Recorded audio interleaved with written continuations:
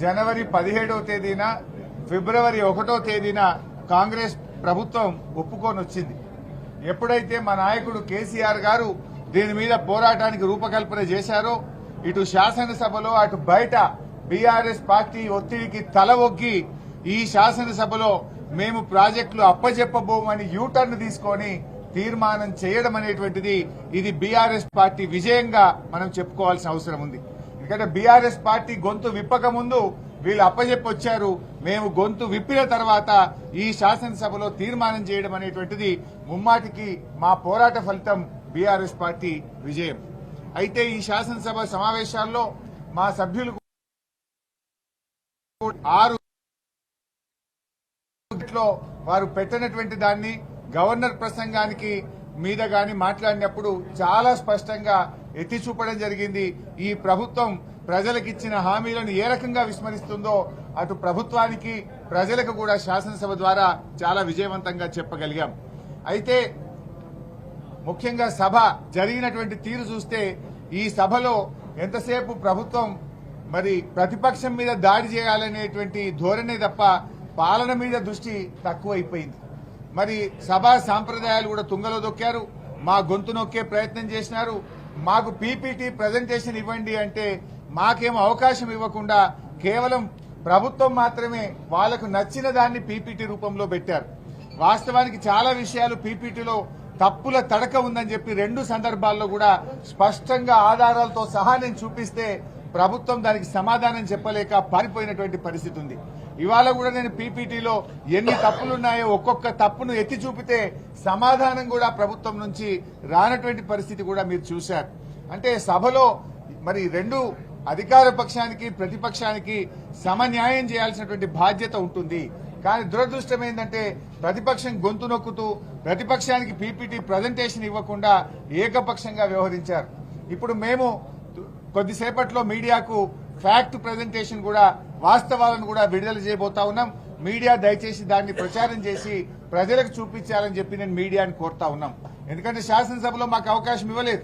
వాళ్ళు ఏకపక్షంగా వాళ్ళు చెప్పే ప్రయత్నం చేసి మా మీద బురద జల్లే ప్రయత్నం చేసినారు కనుక వాస్తవాలతో కూడినటువంటి దాన్ని ఈ రోజు మీడియాకు విడుదల చేస్తా ఉన్నాం. ఎందుకంటే లాస్ట్ లో కూడా ఉత్తమ్ కుమార్ రెడ్డి గారు మాట్లాడుతూ ప్రాణహిత నుంచి మార్చడం తప్పు అని వారొక మాట మాట్లాడడం జరిగింది. దాని మీద క్లారిఫికేషన్ కో ప్రొటెస్ట్ కు అవకాశం ఇవ్వమంటే ఈ రోజు అవకాశం ఇవ్వలేదు. ప్రొటెస్ట్ అనేది ఒక పార్టీ యొక్క విపక్షం యొక్క ప్రతిపక్షం యొక్క రైట్. శాసనసభలో ఎప్పుడు కూడా ప్రొటెస్ట్ ఇవ్వకుండా ఉండే సందర్భమే లేదు. ప్రొటెస్ట్ అడుగుతా కూడా ఇవ్వకుండా హౌజ్ను బుల్డోజ్ చేసి వాయిదా వేసి ఈ ప్రభుత్వం పారిపోయినటువంటి పరిస్థితి ఉంది. ప్రొటెస్ట్ ఎందుకు అడిగినాం? మేము మీరు చెప్పింది తప్పు అని చెప్పడం కోసం ప్రొటెస్ట్ అడిగాం. కానీ ప్రొటెస్ట్ కూడా మాకు అవకాశం ఇవ్వలేదు. అందువల్ల అది ఏ రకంగా తప్పు, ఇలా ఉత్తమ్ కుమార్ రెడ్డి గారి ఇచ్చే స్టేట్మెంట్ ఏ రకంగా తప్పు అనే ఫ్యాక్ట్స్ ను ఒక వీడియో ప్రజెంటేషన్ రూపంలో మేము మీడియాకు విడుదల చేస్తున్నాం. కొద్ది నిమిషాల్లో మీ మీడియా గ్రూప్ లో దాన్ని పోస్ట్ చేయడం జరుగుతుంది. ఇకపోతే కాగు మీద కూడా ఉత్తమ్ కుమార్ రెడ్డి గారు మాట్లాడుతూ కాగు పనికిరాదని మేము అంటున్నాము అన్నాడు. మేమనలే, మీ కాంగ్రెస్ పార్టీయే అన్నది అనే విషయాన్ని మేము సభలో చెప్పాం. కాగు పైన మీ ప్రధానమంత్రి మన్మోహన్ సింగ్ గారు ఏమన్నారు? ఆయన ఎక్కడో అనలే, పార్లమెంట్ లోనే ప్రధానమంత్రి హోదాలో ఆ మన్మోహన్ సింగ్ గారు మాట్లాడుతూ కాగ్ నివేదిక తప్పుల తడక, అన్ని ఊహాగానాలు, తప్పుడు అంచనాలని మన్మోహన్ సింగ్ గారు చెప్పారు. బొగ్గు గనుల కేటాయింపులో అవినీతి జరిగిందని కాగ్ చెప్తే అసలు కాగ్ చెప్పిన విషయాలకు ప్రామాణికత లేదని మన్మోహన్ సింగ్ గారు అన్నారు. రాజశేఖర రెడ్డి గారు, కిరణ్ కుమార్ రెడ్డి గారు ఏమన్నారు అనేటువంటి విషయాన్ని నేను సభలో చెప్పినాం. అంటే మీ కాంగ్రెస్ ముఖ్యమంత్రులు ప్రధానమంత్రులే కాగును తప్పు పట్టినారు. కాగేమి బైబిల్ కాదు, భగవద్గీత కాదన్నారు. కాగు చెప్పే విషయాలకు ఎలాంటి ఇది లేదని చెప్పి మీరే స్పష్టంగా చెప్పారు. మరి ఇదే కాగు గతంలో మా బీఆర్ఎస్ ప్రభుత్వ ఆర్థిక నిర్వహణను అనేక సార్లు మెచ్చుకున్నది. తెలంగాణ తలసరి ఆదాయం పెరిగిందని, జీఎస్డీపీ పెరిగిందని, స్వీయ ఆదాయం పెరిగిందని ఎన్నోసార్లు మా బీఆర్ఎస్ ప్రభుత్వాన్ని కాగు మరి ప్రశంసించిన విషయాన్ని కూడా నేను గుర్తు చేస్తా ఉన్నాను. అయితే ఈరోజు కాగులో చెప్పిన అనేక విషయాలు కూడా ఆనాడు 2004 నుంచి 14 వరకు కాంగ్రెస్ ప్రభుత్వ హయాంలో జరిగిన తప్పిదాలనే కాగ్ ఎత్తి చూపింది. దాని మీద మేము చర్చకు సిద్దమున్నామని కూడా చెప్పినాం. దాంట్లో చాలా స్పష్టంగా ఇవాళ ప్రాజెక్టులు డిపిఆర్ లేకుండానే టెండర్లు పిలిచి అగ్రిమెంట్ చేసిందనే కామెంటు అది మీ ప్రభుత్వానికి సంబంధించిందే. మీరు ప్రాణహితలో టెండర్లు పిలిచినటువంటి విషయాన్ని కాగు స్పష్టంగా చెప్పింది. ఆ విషయం మీద ఇవాళ మీరు సమాధానం చెప్పాలి కానీ మమ్మల్ని అడిగే హక్కు మీకు లేదు.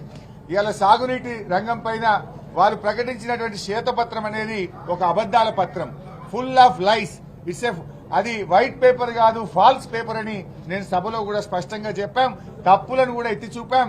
నేనే కాదు, అక్బరుద్దీన్ ఓవైసీ గారు కూడా ఆ వైట్ పేపర్ లో ఉన్న అబద్దాలను ఒక్కటొక్కటిగా ఎత్తి చూపితే ప్రభుత్వం సమాధానం చెప్పలేకపోయిందనే విషయాన్ని కూడా నేను మీ దృష్టికి తెస్తా ఉన్నా.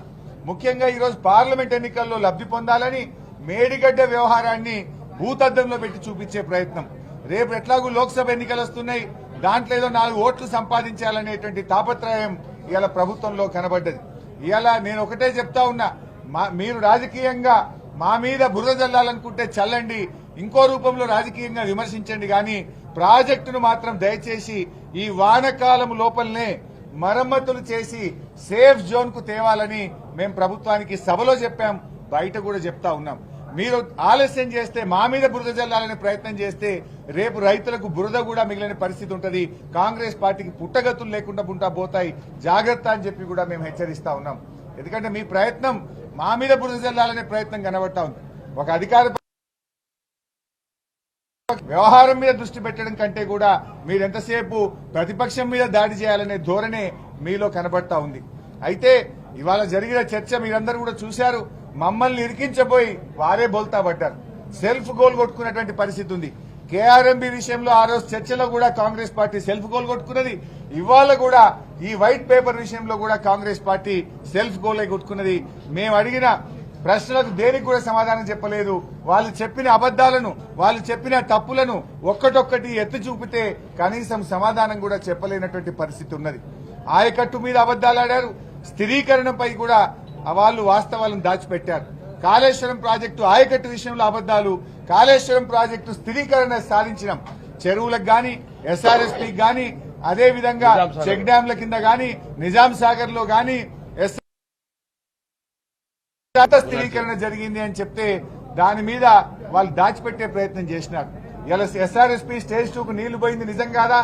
దాన్ని దాచిపెట్టి కాళేశ్వరం సాధించిన విజయాలను, కాళేశ్వరం కింద వచ్చిన ఆయకట్టును తక్కువ చేసి చూపేటువంటి ప్రయత్నం కూడా ప్రభుత్వం చేసింది. శ్రీరామ్ సాగర్ ప్రాజెక్టు కింద గతంలో నీళ్లు ఇవ్వని ప్రాంతాలకు కాళేశ్వరం ప్రాజెక్టు ద్వారా నీళ్లు ఇచ్చిన సంగతిని వైట్ పేపర్ లో దాచిపెట్టి ప్రయత్నం చేసినారు. అదేవిధంగా మహారాష్ట్రతో ఒప్పందం విషయంలో మరి 7 ఏళ్లు వీళ్ళు అధికారంలో ఉండి, ఢిల్లీలో, మహారాష్ట్రలో, ఆంధ్రప్రదేశ్ లో కాంగ్రెస్ ప్రభుత్వమే ఉండి 8 ఏళ్లు వీళ్ళు అగ్రిమెంట్ చేయకుండా, ప్రాజెక్టు హెడ్ లో పనిచేయకుండా ఇలా అన్యాయం చేసింది మీరు, క్షమాపణ చెప్పాల్సింది మీరు. కానీ మా మీద ఏదో బురద జల్లే ప్రయత్నం చేసిండ్రు. కనీసం తట్టెడు మట్టి తీసిండ్రా? 8 ఏళ్లు ప్రాణహిత చేవెళ్ల ప్రాజెక్ట్ స్టార్ట్ చేస్తే తమ్మిడిహట్టి దగ్గర తట్టెడు మన్ను దవ్వంది మీరు. తెలంగాణకు అన్యాయం చేసింది ఈ కాంగ్రెస్ పార్టీ. ఇలా గ్యారంటీలు అమలు చేసే పరిస్థితి లేదు కనుకనే ఉన్నారు. మేము నల్లగొండ సభ పెట్టుకున్న రోజే మేడిగడ్డ రాజకీయాలు చేసే ప్రయత్నం చేసినారు. మేము నీళ్లు మళ్లించండి, రైతుల పంట పొలాల్లోకి నీళ్లు ఇవ్వండి అంటే ప్రజల దృష్టి మరల్చేటువంటి ప్రయత్నానికి ఇలా కాంగ్రెస్ పార్టీ పాల్పడతా ఉంది. ప్రజలు అన్ని విషయాలు కూడా గమనిస్తా ఉన్నారు. మీరు ఎన్ని చెప్పినా ఇవాళ మేము నీళ్లు ఇచ్చింది నిజం, పంట పండింది నిజం, రైతులు ఆనందంగా ఉన్నది నిజం. ఇవాళ మీ హయాంలో నీళ్లు రావడం లేదు, కరెంటు రావడం లేదు, రైతులు ఇబ్బందుల్లో ఉన్న మాట వాస్తవం. రైతు బంధు రాంది కూడా నిజం.